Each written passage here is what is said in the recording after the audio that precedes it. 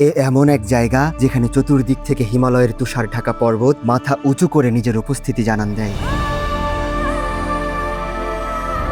আর ঠিক সেই পর্বতমালার মাঝখানে সবুজাভ নীল স্বচ্ছ পানির লেক ভাবতে বাধ্য করে কিভাবে হলো এর সৃষ্টি।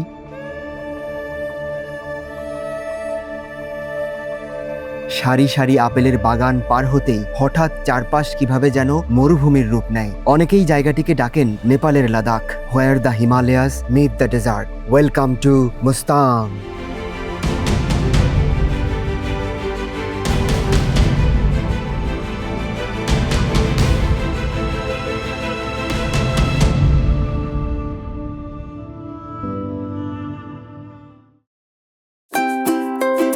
এবারের যাত্রায় আমি ঘুরে দেখব লোয়ার মুস্তাং। এ সফরের সঙ্গী হিসেবে আছে বেশ কয়েকজন। সবাইকে নিয়ে একসাথে উপভোগ করব লেকের সৌন্দর্য, দেখব আপেলের রাজ্য মারফা, আর সেই সাথে বরফে আচ্ছাদিত কোল্ড ডেজার্ট। তবে শুরুতেই একটা প্রশ্ন আমার মনের মধ্যে খচখচ করছে, একই জায়গায় কিভাবে তুষার, আপেল আর মরুভূমি একসাথে থাকতে পারে? উত্তরটা খুঁজতে রওনা হওয়ার আগেই বুঝে গেলাম কোনো কিছুতে ওভার এক্সাইটমেন্ট মোটেও ভালো না। সেটার একেবারে হাতে নাতে প্রমাণ পেয়ে গেলাম আমি। জিপ রেডি, মালামাল উঠে গেছে জিপে। মুস্তাং যাচ্ছি সেই উত্তেজনায় হোটেল রুম যে চেক আউট করে বিল পে করে আসতে হবে সেটাই ভুলে গেছি। কপাল ভালো আমাকে তুলে নিয়ে যায়নি, বরং সাথেই হেঁটে গেছি রুমের ভাড়া পরিশোধ করতে। কিন্তু পেছনে তো ইঞ্জিনের শব্দ শোনা যায়, গাড়ি কি আমাকে রেখেই চলে যাবে? মানুষগুলো ভালো আছে, আমাকে ফেলে যায়নি। জিপে উঠে খানিকটা স্বস্তির নিঃশ্বাস নেওয়া দরকার। পোখারা থেকে রওনা হয়েছি আমরা, আমাদের গন্তব্য মুস্তাং। আমরা যাচ্ছি জিপে করে। আমাদেরকে নিয়ে যাচ্ছেন একজন দক্ষ ড্রাইভার, বিনোদ দা। দক্ষ ড্রাইভার বলেছি ঠিকই, কিন্তু বিনোদ ভাই যে এতটা ইন্টেলিজেন্ট তার প্রমাণ মিলবে কিছুক্ষণ পরে। আপাতত পোখারা পার হতে হবে। নয়াপুল গিয়ে ব্রেকফাস্ট না করা পর্যন্ত শান্তি পাচ্ছি না। ক্ষুধা একবার পেটে আঘাত করলে কোনো উত্তেজনাই আর কাজ করে না। ব্রেকফাস্টের জন্য দাঁড়িয়েছি। এখন আমাদের এই যে সিদ্ধ ডিম ধরিয়ে দেওয়া হয়েছে, আর এই যে জিনিসটা, এটাকে নাকি বলা হয় রুটি। এখানকার যে এক আজব রুটি, খেয়ে দেখা দরকার আসলে স্বাদটা কেমন।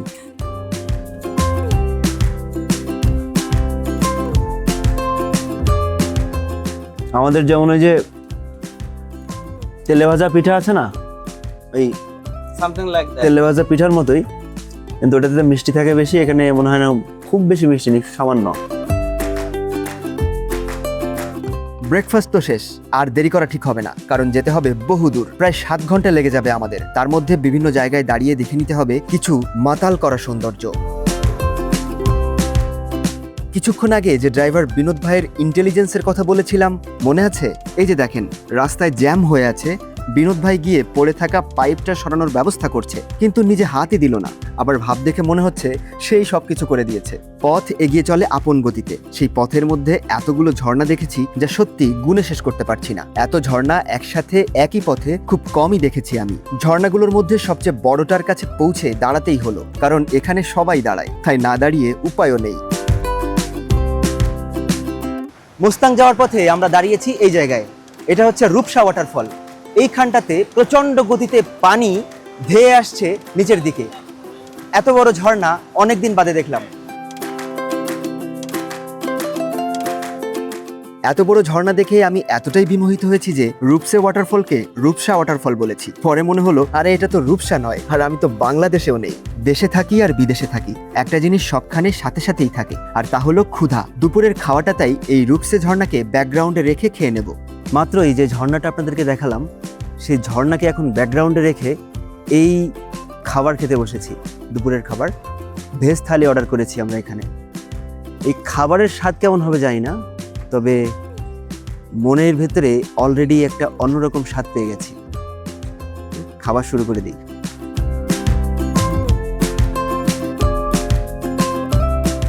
রূপসা ওয়াটারফলকে পেছনে ফেলে যেতে হবে, কারণ লক্ষ্য আরো বহুদূর, মুস্তাং।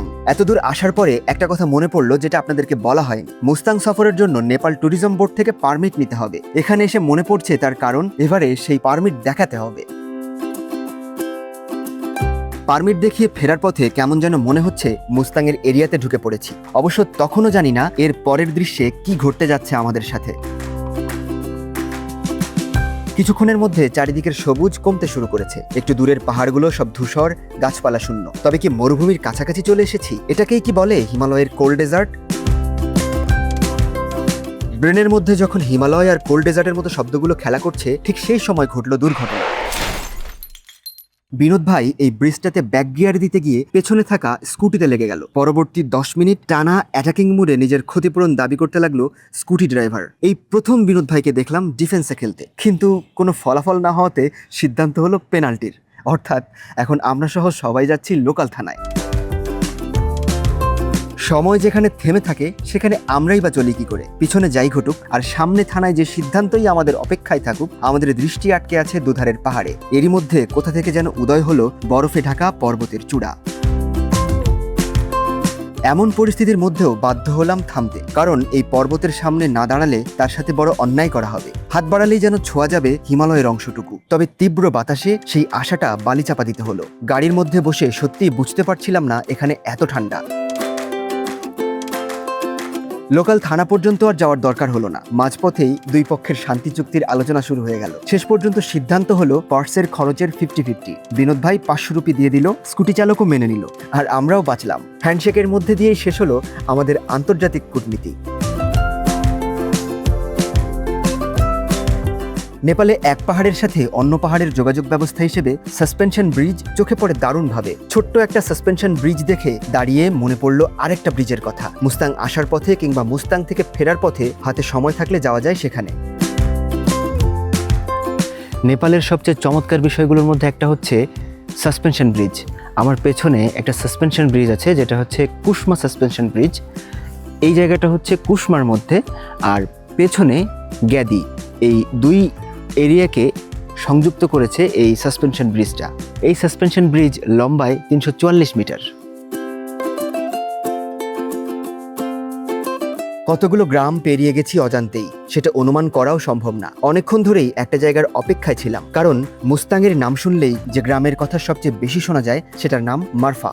মারফার আপেল বাগানের পাশ দিয়ে পাহাড়ি ছাগলের পাল এগিয়ে যাওয়ার যে দৃশ্য, সেটা এই পথে আমার চোখে এখন পর্যন্ত সবচেয়ে সিনেমাটিক দৃশ্য মনে হয়েছে।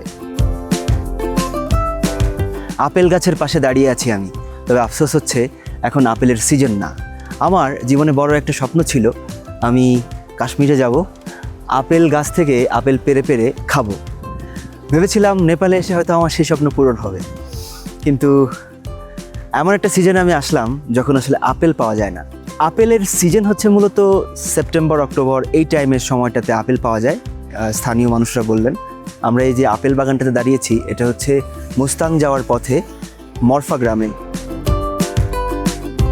গাছ থেকে পেড়ে আপেল খেতে না পারার আফসোস নিয়ে মারফাকে বিদায় জানিয়েছি সত্যি, কিন্তু চোখ আটকে আছে উঁচু পাহাড়গুলোতে। মারফার সবুজ আপেল বাগানের পরেই কিভাবে শুষ্ক মরুভূমির মতো হয়ে যাচ্ছে সব পাহাড়। নেপালে আসার পর থেকে আমার কেমন যেন শর্ট টাইম মেমোরি লস হয়ে যাচ্ছে। তা না হলে সারাটা পথ যে নদীটা আমাদের সঙ্গ দিল, সে নদীর কথাটাই বলতে ভুলে গেলাম কিভাবে। জমসম পৌঁছানোর পর মনে পড়লো কালীগণ্ডকী নদীর কথা। জমসমের এই এরিয়া থেকে মূলত মুস্তাংয়ের কোল্ড ডেজার্ট শুরু। শীতকালে এখানে -8 ডিগ্রির নিচে থাকে তাপমাত্রা। তবে এখানে সবচেয়ে অবাক করা একটা জিনিস আছে, আর সেটা হচ্ছে একটা এয়ারপোর্ট। আমি এখন দাঁড়িয়ে আছি ওয়ার্ল্ডের মোস্ট ডেঞ্জারাস এয়ারপোর্টগুলোর মধ্যে একটার সামনে। এটা হচ্ছে জমসম এয়ারপোর্ট। নেপালে অবস্থিত এই এয়ারপোর্টটি সমুদ্রপৃষ্ঠ থেকে 8,976 ফুট উচ্চতায় অবস্থিত, আর যার রানওয়ে মাত্র 500 মিটার। 500 মিটার রানওয়েতে কিভাবে ফ্লাইট ল্যান্ড করে সেটাই ভাবছি, কিন্তু সেই ভাবনার মাথায় যে হিমালয়ের তুষার উকি দিচ্ছে সেটা আমি বুঝতে পারিনি। একটা হাসির কথা শুনবেন, মাউন্টেনের পিকে যে আইস ক্যাপ আছে, আমার মনে হচ্ছে ওই ক্যাপটা খুলে হাতে নিয়ে দেখি সেখানে কি আসলে বরফ আছে নাকি কালার করা। পাহাড়ি পথের সবচেয়ে এই জিনিসটা আমার ভালো লাগে, যেটা সবচেয়ে বিপজ্জনক। পথের মধ্যে যে শত শত টার্নিং, খুব দক্ষ ড্রাইভার ছাড়া সামলানো কঠিন। বিনোদ ভাই এখানে লেটার মার্ক নিয়ে পাশ করেছেন অলরেডি। জিপ থেমেছে, নেমে পড়েছি আমরা সবাই। এখানে একটা লেক আছে, চারিদিকে স্নো ক্যাপওয়ালা মাউন্টেনের পিক, তার মধ্যে এই চমৎকার লেক।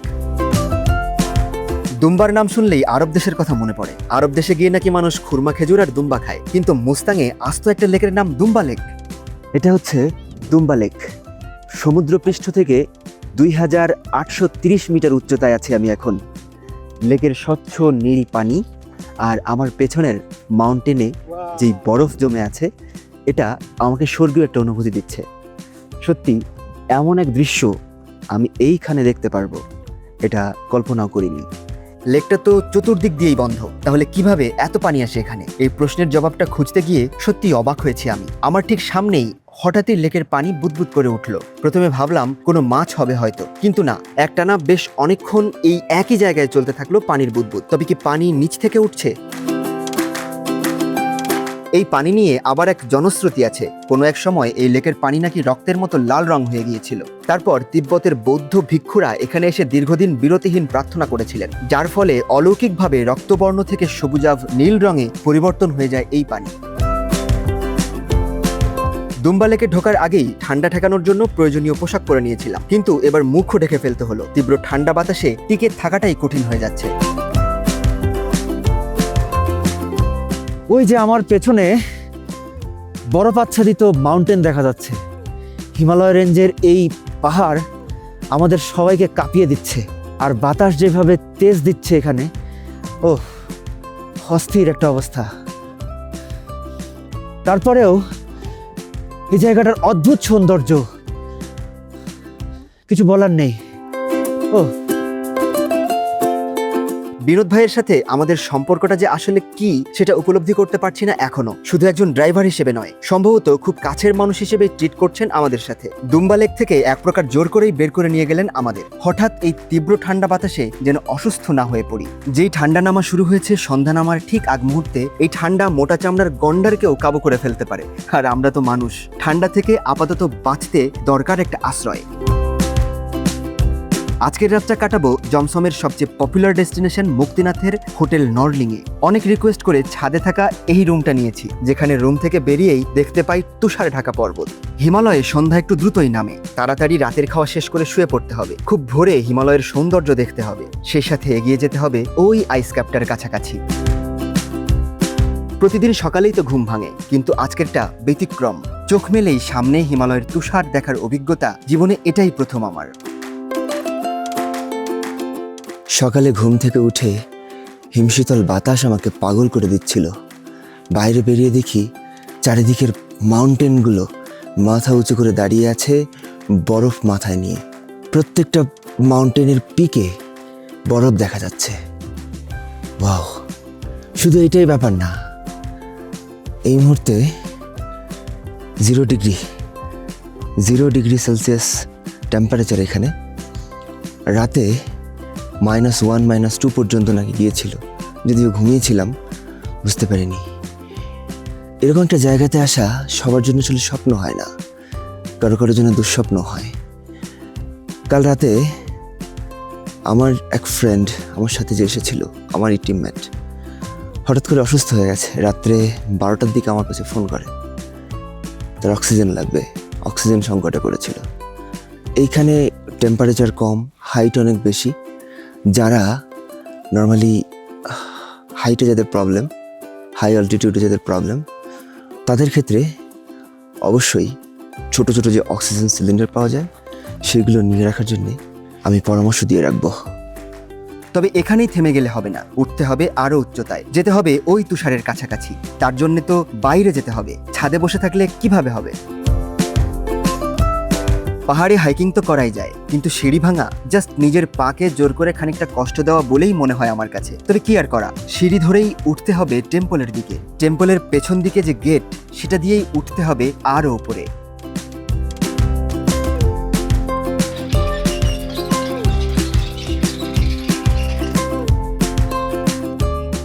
এটা হচ্ছে মুক্তিনাথ টেম্পল, নেপালের সবচেয়ে পবিত্র স্থান বলে ধরে থাকে নেপালিরা এই জায়গাটাকে। এই জায়গাটা যেমন বৌদ্ধদের জন্য একটা তীর্থস্থান, তেমনি সনাতন ধর্মাবলম্বীদের জন্যও একটা তীর্থস্থান এই মুক্তিনাথ টেম্পল। এখানে দাঁড়িয়ে পাশে হিমালয়ের মাউন্টেনের যে ভিউ পাওয়া যাচ্ছে, এই ভিউটা সত্যিই চমৎকার। সমুদ্রপৃষ্ঠ থেকে 3710 মিটার উচ্চতায় দাঁড়িয়ে এই ভিউগুলো উপভোগ করতে সত্যি অন্যরকম লাগছে।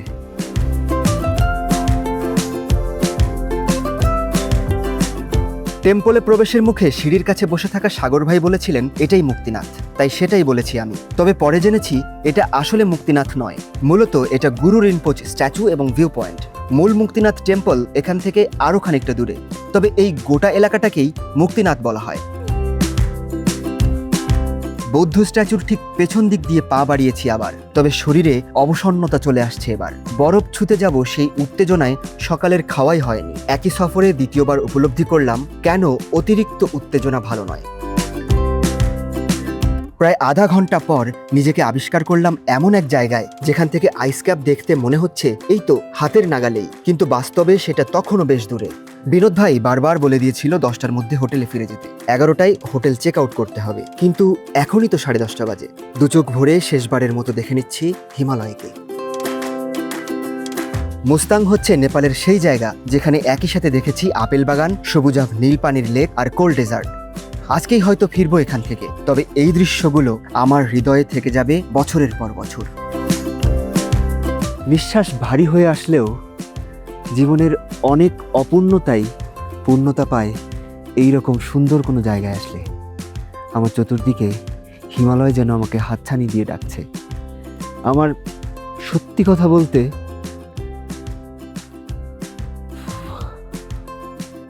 চোখ দিয়ে জল চলে আসছে।